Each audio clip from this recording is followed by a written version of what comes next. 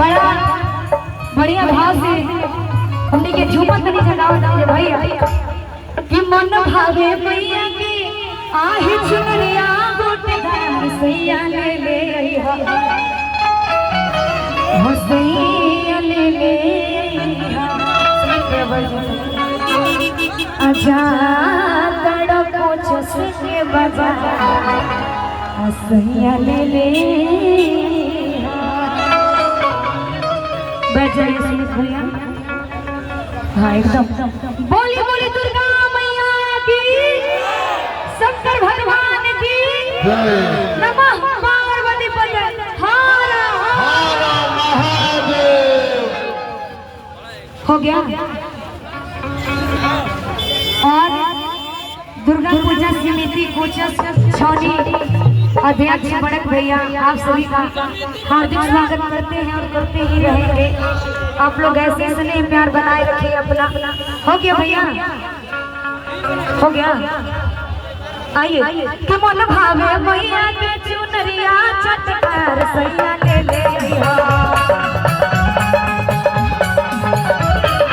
मन भावे मैया के चुनरिया चटकार सैया ले ले सैया ले ले जाता डको चुसके बजा सैया ले ले जाता डको चुसके बजा सैया ले ले जाता डको चुसके बजा सैया ले ले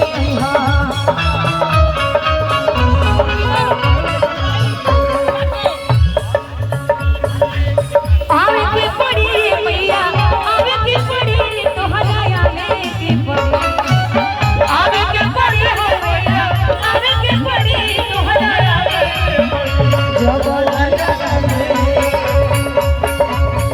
जब लगा में धीरे दिया पड़ी भावा मैया आवे की पड़ी जब लगा में धीरे दिया पड़ी भावा मैया आवे की पड़ी।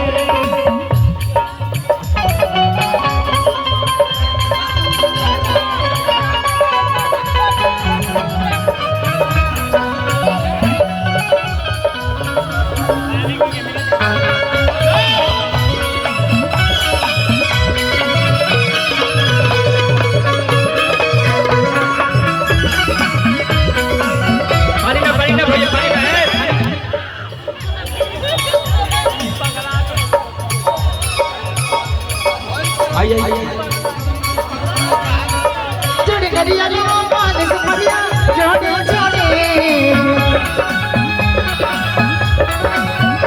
बढ़िया जोड़े करिया लो जोड़े जोड़े